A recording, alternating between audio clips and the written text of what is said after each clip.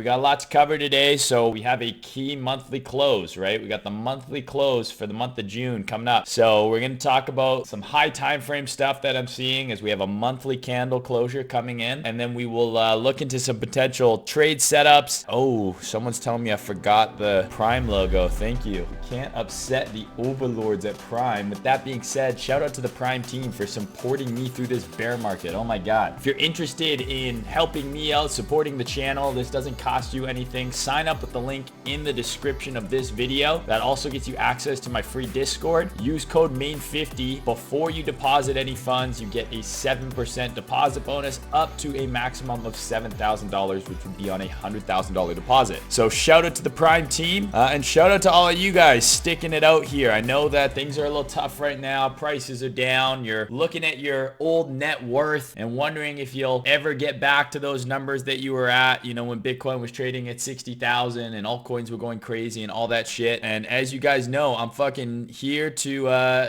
guide you to the best of my ability, try and help you guys make some money. Even though prices are going down, we can still make money by, you know, shorting the market and doing some other stuff as well, playing bounces, shorting the market, things like that, and also just sharpen your skills so you're that much more prepared when we do resume a bullish trend. You know exactly what you're doing, exactly what you're looking for. And yeah, so we're gonna start off with Bitcoin here, kind of break it down from high time frame down to low time frame. So we'll start all the way up on the monthly here. What I want you to focus on here are these two levels. Why do you think these two levels are relevant? Why would I mark these two levels specifically? We have a monthly close coming up and we have key monthly levels here that acted as support previously, right? So if you look back at the last bull run here, we had this key monthly level here, support, lost the level. It took 1, 2, 3, 4, 5, 6, 7. On the 7th month, it regained that level. There's a nice retest, big rally. What we're looking at now is a very similar type of level, in my opinion. We have a key monthly support level, support, that we've now lost. Unless by some miracle in the next 48 hours, does Bitcoin trade back above and close the month of May above 35,000, this level will be broken. So the last time Bitcoin has broken a key monthly level like this, it took several months before it reclaimed it. When it reclaimed it, that was a very easy long trigger. There was kind of your SR flip and the move to all-time highs. We're seeing a very similar situation here, in my opinion. If we close the monthly below this $35,000 handle, which I'm thinking is almost certainly going to happen, obviously anything can happen. We could have some crazy pump over the next 2 days, but personally, I don't think that that's going to happen. I do think we're going to end up closing below the 35K handle. I would not be surprised if it takes a very long time for us to get back above this level. So if you're just a super high time frame macro trader, what does this mean for you? Well, in my opinion, you're not really going to be long bias until either much lower, right? So where are the next key monthly levels? Here. So below this level here, I think you are short bias towards this level. We don't have to trade all the way down here. I'm not saying that we're going to. It's definitely a possibility that you need to be aware of. But I think from a monthly perspective, so just looking at the very high time frame, maybe you're a spot only mega long-term positional trader, I don't think there's any reason to be super long-term bullish on Bitcoin until we either are back above here or we come down and interact with this level down here. And I know that this is a massive range. This is a $20,000 range, for fuck's sakes. We're talking about the monthly candle here. You have to keep that in mind when you're looking at the monthly chart. The ranges that occur on monthly candles, right? This monthly candle was $23,000. So I know that this seems like an insane amount of, you know, space here, but we're dealing with the monthly. This current monthly candle is $13,000. So 2 monthly candles to the downside, we could absolutely be at this level. Personally, what I would be looking for if I'm a super high time frame trader is I'm either waiting for price to trade closer to this monthly level, or I'm looking for us to get back above 35. If we are going to make some sort of range here, or if we're going to sell off further, and then eventually trend back up. Once we get back above here, to me, that's like full steam ahead to at least these highs, but personally, probably even higher. But I would say 35K back above there, I think you get long towards 50,000. So if you're like, I don't know what price is going to do right now, I don't want to really be day trading, I'm not trying to get in and out of positions, I'm just looking, okay, where am I looking to possibly re-add some spot or get risk on again? I think on the monthly chart, obviously this will be different on other time frames. It's either down towards here, definitely 20K as well. You could add as a level here. You could add that previous all-time high level, I guess. I'd say definitely in this area or back above here. And I think that's a very easy trigger. And I know it seems silly. You're like, oh, but like, what about all the downside here? Or what happens if we trade from here back up to here and then we reclaim and then we go up? And you're like, well, I don't want to miss out on this part of the move. What you have to realize is you don't need to catch the entire move. The goal is to catch the meat of the move. Use this last bull run as a perfect example of what I'm trying to explain here. If you said, okay, I'm cutting my crypto exposure now that we've lost this level, and you just waited for us to reclaim it, once we reclaimed, there's your risk. Maybe you buy on a breakout, maybe you buy the retest, but either way, your risk is down here. Your entry, let's say, is 8,000. Let's say we didn't buy the retest perfectly. We bought a little early. Okay, so your entry, let's say, was 8,000. Nowhere near the bottom. The bottom was 3,000. You were nowhere near the bottom. Your first take profit is the previous all-time high, and your risk is below that deviation. So let's just call it like 3,200. Just to the previous all-time high, the trade makes sense from a risk-reward perspective. And then obviously we went way fucking higher. But I think you would be pretty happy if you could go back in time to 2020 or to 2019. If you got an average buy price for this last bull run that we just experienced, an average buy price of $8,000 on your Bitcoin, assuming that, okay, I think we're starting a new bull trend here on the high time frame, so I'm going to be getting risk on Bitcoin. I think at the very least we're going back to all-time high, but based on previous cycles and whatever other analysis you do, I think we might go as high as 40,000 or 50,000. Who knows what your predictions were? If you had an average buy price of 8,000, I think you're pretty happy with that entry. And if you were able to be like, hey, look, I bought all my Bitcoin at 8K, you're looking like a genius. Even now, where we're trading at 30K, you're still up over 3x your money. I'm not saying that you need to trade based on the monthly, but what I'm saying is you can create a strategy based on the high time frame alone. You don't need the low time frame necessarily. If you don't want to be an active trader, you got a full-time job, you got other shit on the go, and you don't want to be staring here glued at the charts trying to,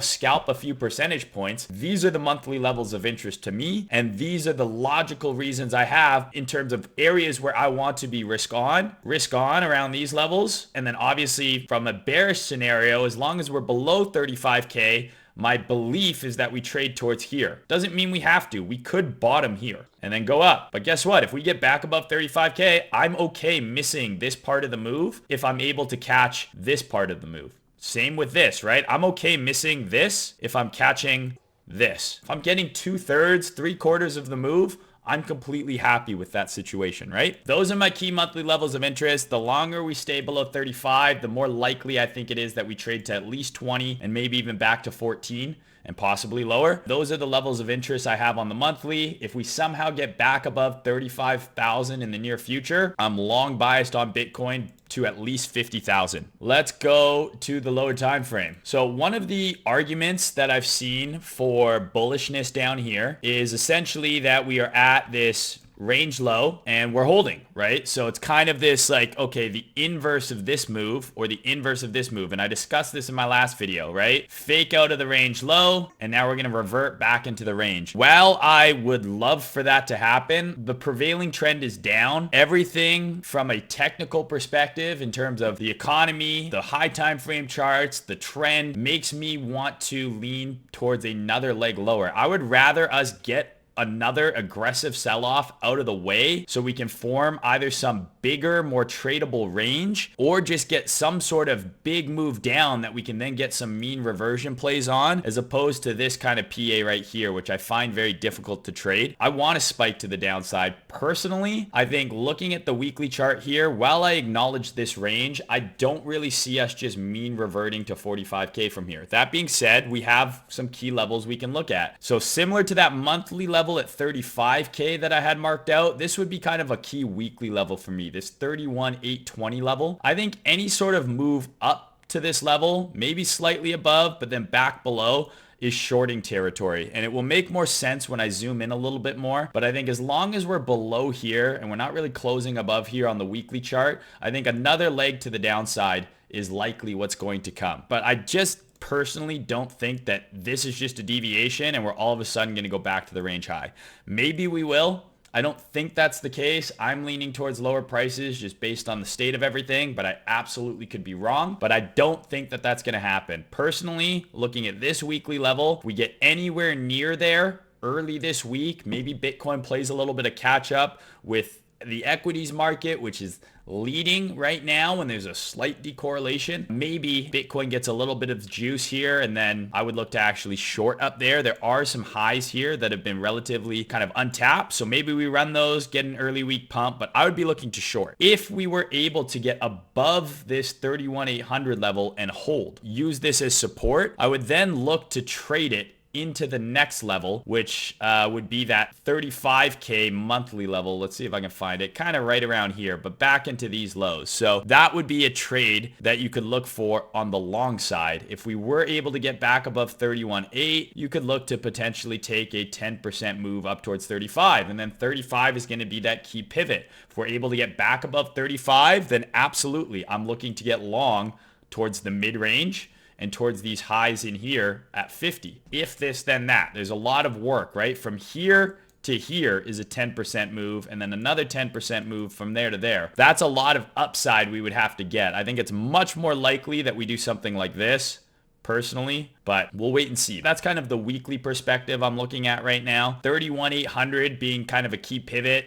Any move up towards there, if there's weakness, I'm looking to short that for another leg lower. If we're able to reclaim 31,820, show some support there, then I'd be interested in potentially longing that towards that 35K pivot, which is based on the monthly. But this just being a range low test and being like, okay, here we go, we're going back to, the range high, I'm not buying it. I think that this range low test and this range low test are very different. I think that this range low test, the market as a whole, right, looking at the kind of macro view, zoom out, is not in the same place that we are now. It was a much more optimistic outlook monetarily with the stock market, all that shit back here than we are here. And I also don't necessarily think that just because we have a second test, just because it happened here, it has to happen here where we completely go to the other side of the range. It is possible, but if we're going back to the range high, there's going to be a ton of opportunity to get long on the way. You don't need to just be like, oh, we're at the range low, therefore I'm long and I'm targeting the other side of the range, right? I think that there will be a lot of clues on the lower time frames,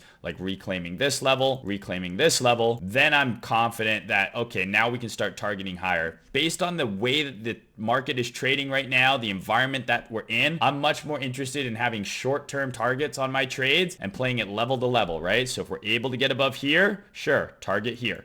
Able to get above here, then absolutely target here. But I'm not just going to long here with a target here. I don't have, and stop there. That trade doesn't make sense to me. Like if you're like, I'm longing the range low, stop below this wick, target here. That's not a trade that makes sense to me. Doesn't mean you can't take it, but not one that makes sense to me. Zooming in, that weekly level that I was talking about here, why I think it's relevant. So I drew that level from here. Why do I think that that's an interesting level? Because if we do get some sort of move to the upside here, we could argue that we're going to clear out a bunch of these untouched highs. But personally, I think any sort of move above these highs and then weakness, right? So maybe we get above the level, then back below. There's your risk. There's your entry. And then I think you target this wick down here, personally. That would be kind of the if we pump from here short scenario that I'm looking at. If we're able to reclaim this level, like we come up here and then we start trading above it, we're putting in bullish market structure, then I'm absolutely interested in looking for longs, right, towards the next key level up here. But for now, I think it's much more likely that we either just roll over from around here. Maybe we go up a little more, but I think it's much more likely that this just rolls over. I don't think this is real support, right? I think this breaks down. The trend is down. I think this breaks down. Just because these highs haven't been run, it doesn't mean they have to. There's a common like trope in trading where it's like, well, there's liquidity here. We got to run the liquidity. It's like, no, we don't. Sometimes when the trend to the downside is really strong, you just get lower highs and lower lows, and you don't get any opportunities to get in on a stop run above a previous high. It doesn't have to. This, more than anything, could just denote the strength of the downtrend. Another example of that could be here. A lot of people, I'm sure, were wanting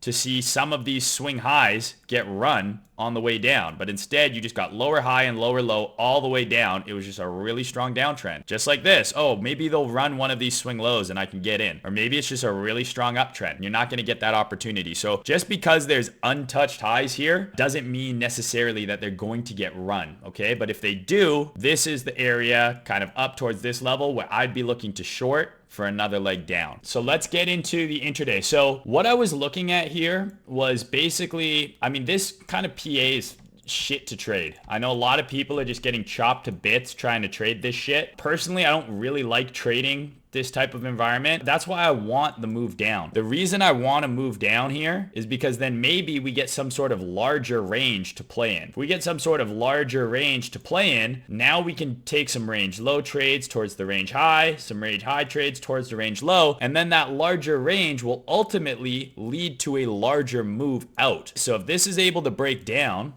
then we put in a low and then we get a big bounce. Now all of a sudden, we have a larger playing field here. And whenever this range resolves, which I personally think will probably be to the downside, the move will be expansive and we'll get that large swing trade opportunity. Or maybe it is to the upside. But we need a larger range to form here if we want a big move. Like this type of consolidation, in my opinion, is not going to lead to some fucking huge puke. I think if anything, it leads to like something like this, and then some sort of rebound, and then some sort of range that then leads to the larger puke or potentially a larger rally. But I just want to see more. I want a bigger range to play in. I want more price action. I want more easily defined levels than what we have here. This is a very kind of tricky area for me to trade. I've taken a few L's. My current trade idea that I'm in right now was effectively this candle looked like it was going to SFP this high. So when it didn't SFP, it closed through, effectively making a higher high relative to here. My idea is invalidated. Initially, what I was looking for was something like this. I wanted it to close. Let's assume this hasn't happened yet. I wanted it to close like this, and then I'm short already. I would add on any sort of bounce. My stop is here. Compound on a break of the range low. Target 1 is here. Target 2 is this big wick down here. That was kind of the idea. It would have closed like this. Stop here. Short, short, short. Compound shorts if we lose 29K. T1, T2. That was the trade idea. However, we didn't get that. We actually closed above, so it didn't close as an SFP. So technically my idea is invalidated, but I might, just because I'm an idiot, let it run. Because we came up, we saved the close, but then we sold off and made a lower high. What I should do, the smart thing to do right now is to close my short, close it here, take the loss. My average entry is around 29,200. So it's down a very marginal amount. But what I should do is wait and see if we lose this swing low and the range low here. Because then if we trade like this, okay, now you have a clear deviation, a clear entry, target 1, target 2 is that lower level that you can't see right now. That's the smart thing to do, is to wait and see if this level, which ended up acting as support, right? If this breaks down, that becomes your short trigger into here and then potentially lower. So that's what I should do. Am I gonna do it? Probably not. Why? I'm redacted. That's the smart thing to do, because my idea, technically, if I'm following my trading plan, was invalidated based on this candle close. So I'm undecided what I'm going to do. I'm probably just going to let it run. My stop is above this high because I'm an idiot, but we'll see. So that's my intraday plan for Bitcoin. And I hope that that's very, very clear and straightforward. If we get some sort of rally from here, I'm looking to short above 31.5 up to like 32, up towards this 31,800 level. I'm looking for reasons to get short for another leg down. If we roll over from here, I think you short the underside of this order block. So 29 to 29.2 and whatever PA forms around there. So technically, if this just nukes from here, your stop is here. However, if it does this, and then nukes, now your stop is here. Whatever swing high forms that breaks the low, that's where your invalidation is. And that's target 1. Target 2 is that line at 26K that you can't see down here. That's my intraday plan. I do not have a long plan for Bitcoin right now on the intraday. I do not have a setup. You could argue, if you wanted to force a setup, you could say, okay, above, I just don't really have one, but you could say this is support here, right? So this is equivalent. This is that 1 hour block, right? So you could say this is your support, pull back into here is a long target, you know, this high here, I guess. Look for some low time frame trigger, something like that. Not of interest to me personally. I would rather look to short up here or short the underside of this personally. But technically, we did make a higher high here. You could long a pullback here. This is kind of like a quasi breaker. I don't know. Not for me personally. Doesn't mean it won't happen. I have no idea what's going to happen. Nobody knows what's going to happen for sure. We're just all out here throwing darts essentially. But again, I want to see more PA. That's the bottom line. Like before I get really actively stuck into trade, what I should be doing if I was smart, and we know I'm usually smart. I'm handsome. We know that. And I'm usually pretty smart. What I should be doing is using this downtime to make more content, educational videos, YouTube videos, stuff for Twitter. Instead, I'm going and partying and doing drugs and drinking alcohol and destroying my body and mind. But maybe that will change. Summer's coming. Who knows? Maybe I'll go monk mode and just fucking ramp out the content for you guys. Or maybe I'll drink beers in the sun and ride my bike and go boating and all that fun stuff. I don't know. But I want more.